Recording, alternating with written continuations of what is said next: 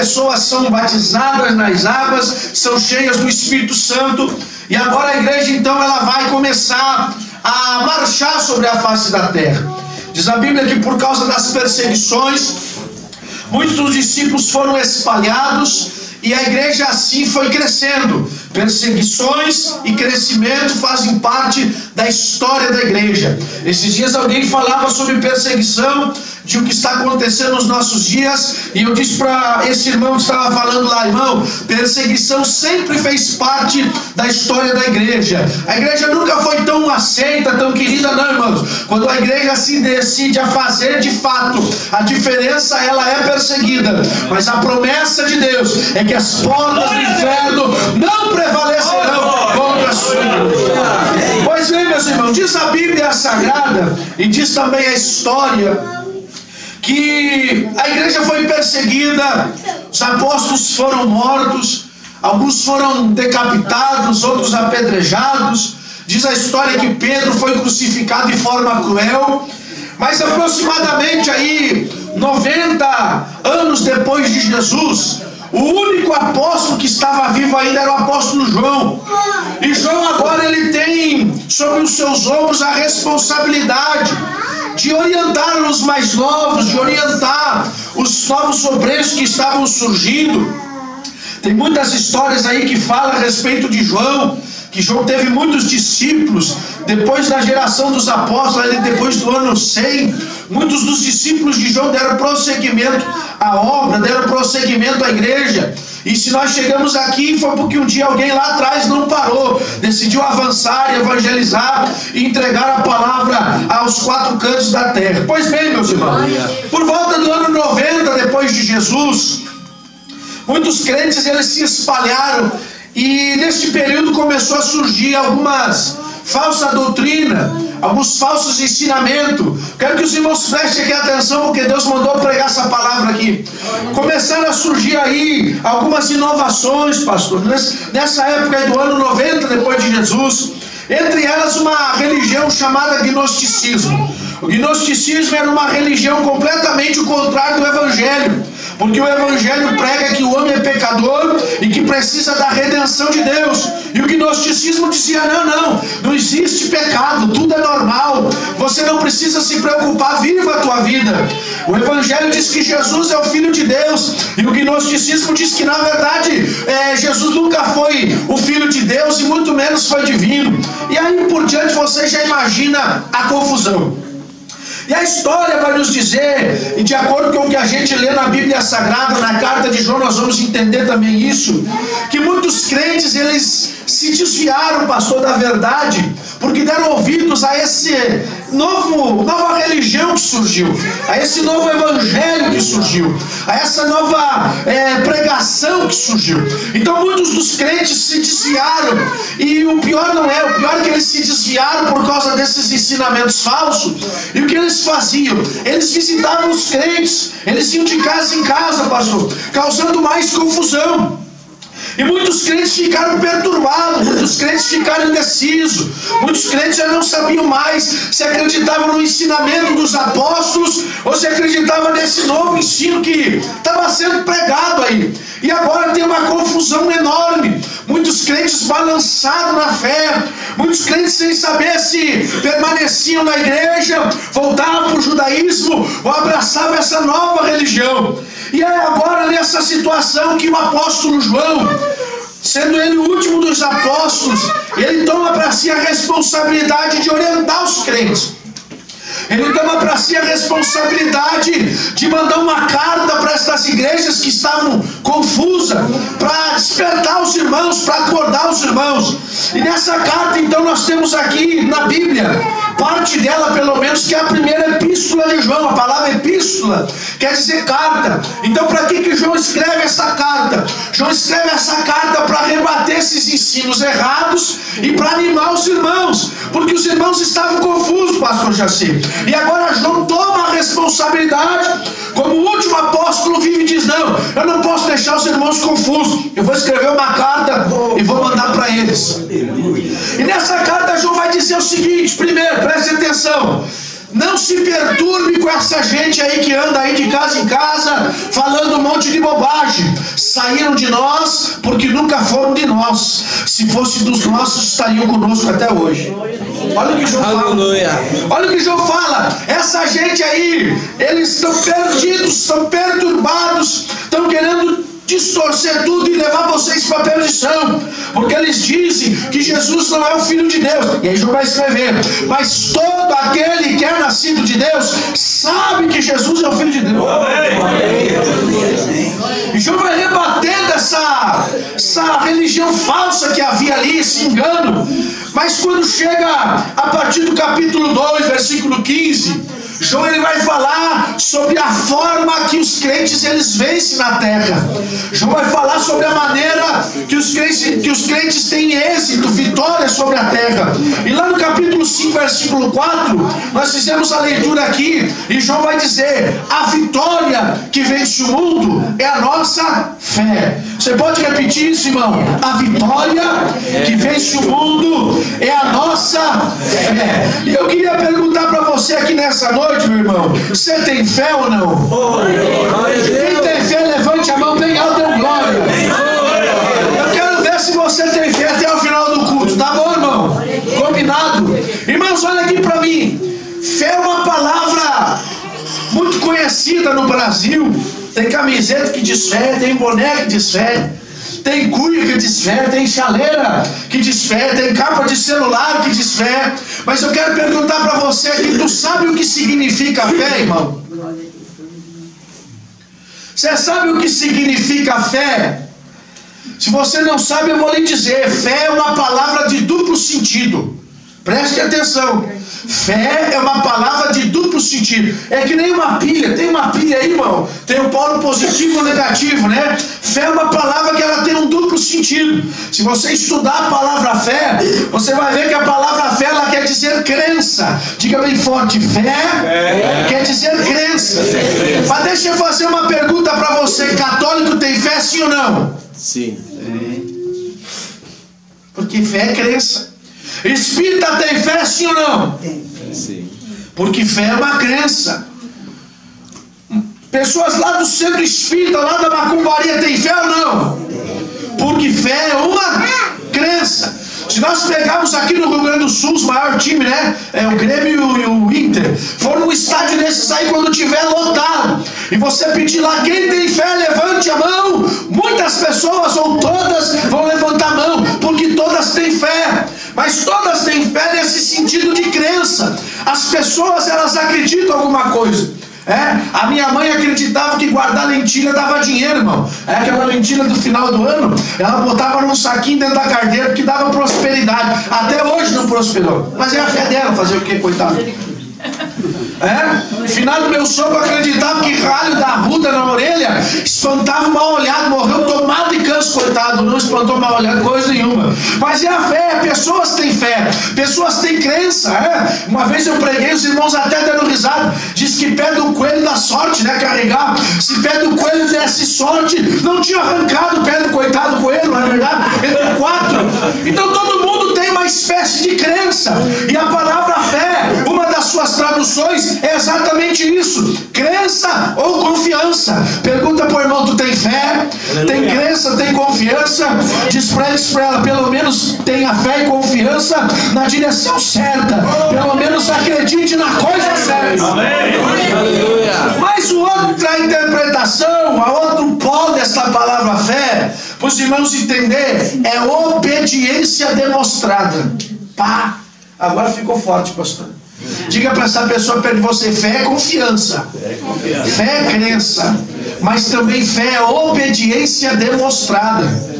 Quando o João vai dizer que o que vence o mundo, que o que vence o pecado, que o que vence o diabo é a fé, João ele não está apenas se referindo, irmão, à nossa profissão de fé, à nossa confissão de fé, dizer não, eu creio. Não, João ele está se referindo, sabe o que?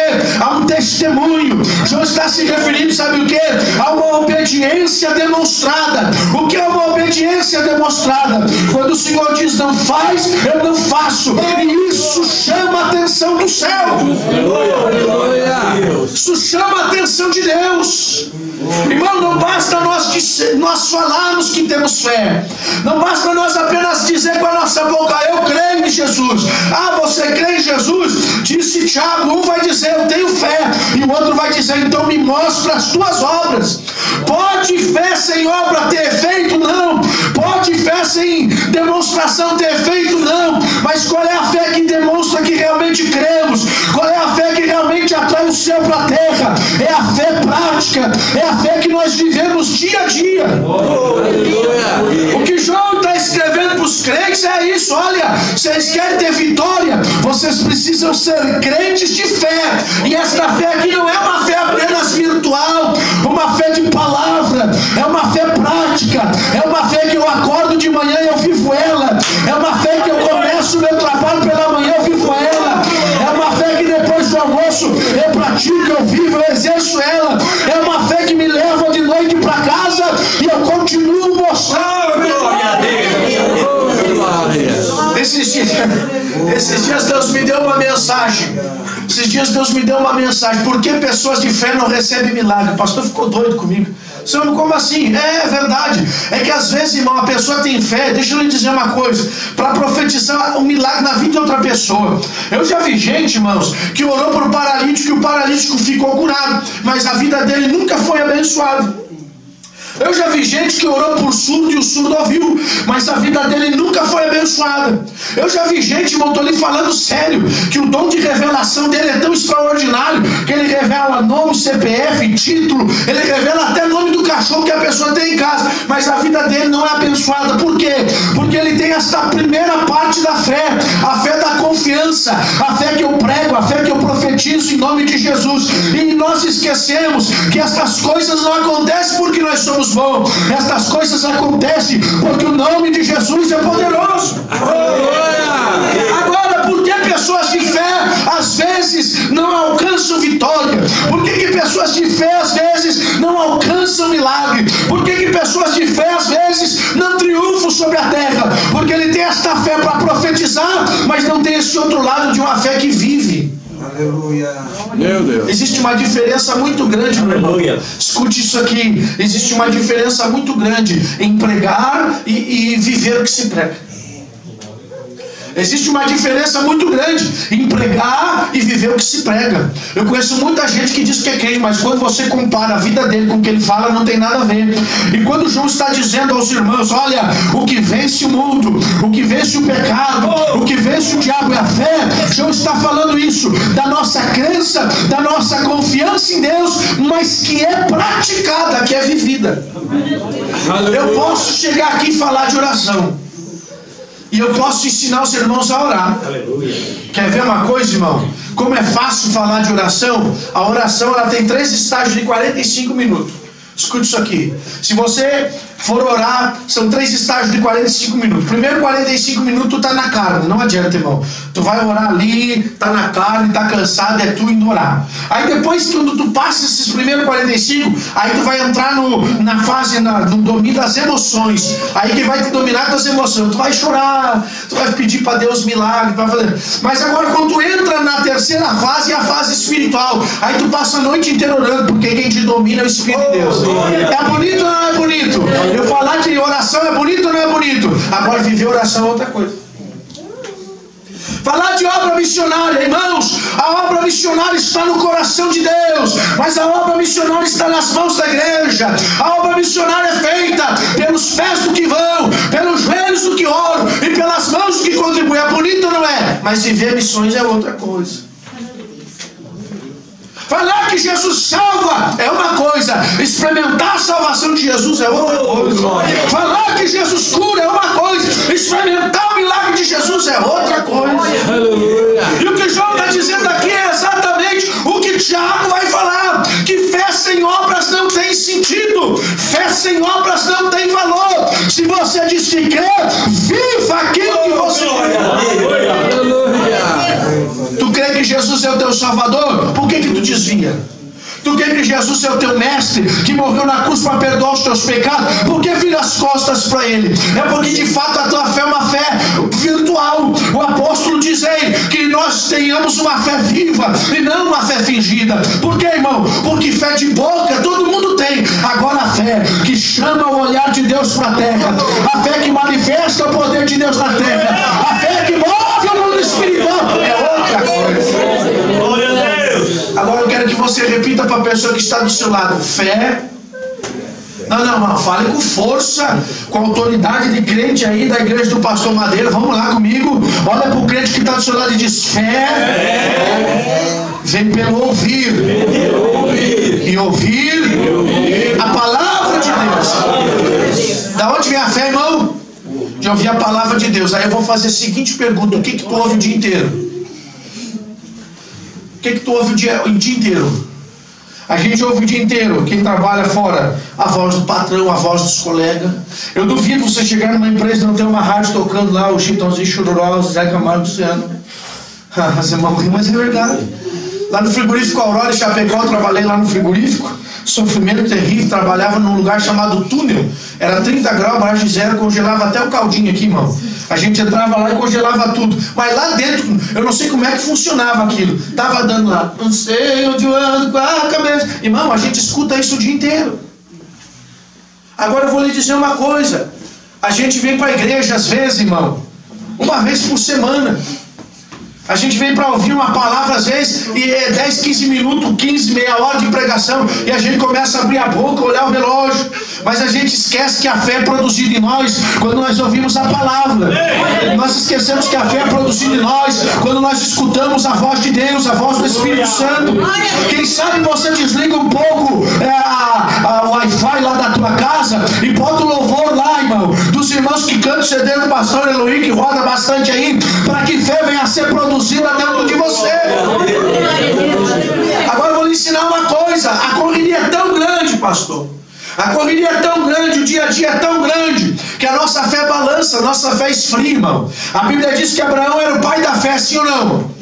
Mas você acha que nos dias de Abraão não tinha coisas para enfraquecer a fé de Abraão? Tinha. Você acha que nos dias de Abraão não tinha coisas para tirar Abraão do fogo? Tinha. Você acha que nos dias de Abraão, que é o homem chamado até hoje de pai da fé, não tinha distrações atrativas? É claro que tinha. Não é os mesmos de hoje, mas naquela época tinha. Naquela época tinha festa, naquela época tinha bebida. Eu não sei se fosse aqui no Rio Grande do Sul, tinha até jogo do osso, mas deixa eu dizer uma coisa: a Bíblia diz que Abraão se mantinha firme na fé. Por quê?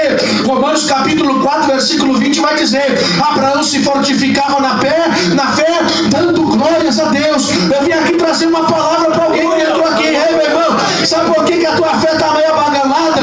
Porque você parou de adorar. Sabe por que a tua fé está meio balançada? Porque você tem dado muito crédito à voz terrena e pouco crédito à voz de Deus. Mas nesta noite diz o Senhor: eu estou aqui, se tu quiser, eu renovo a tua fé, eu renovo as tuas forças, eu faço nova. Me ajuda aí, irmão, me ajuda aí, balança o crente assim, diz assim: meu irmão, o Senhor quer renovar a tua fé nesta noite. Balança ele bem forte, irmão, até ele gritar aleluia. O Senhor quer te encher de poder, o Senhor quer te encher de graça, o Senhor quer avivar a tua vida. Mas o segredo está aqui, meu irmão, o segredo está aqui, é abrir a boquinha para adorar a Deus. Abre a tua Bíblia correndo aí, irmão, abre a tua Bíblia correndo, eu não vou me demorar. Abre a tua Bíblia na carta de Paulo aos Romanos aí, para você ver que o que eu estou falando é bíblico. Romanos capítulo 4, aleluia, e o versículo 20, abre aí a tua Bíblia. Oh glória, abre aí a tua Bíblia. O texto aqui, Romanos 4 está falando de Abraão, como foi justificado pela fé. E quando chega no 20 diz: e não duvidou da promessa de Deus, não foi incrédulo, mas olha o que diz o final: mas fortificava-se na fé, dando glórias a Deus. Um dia eu fui perguntar para Deus, irmão, escute isso aqui.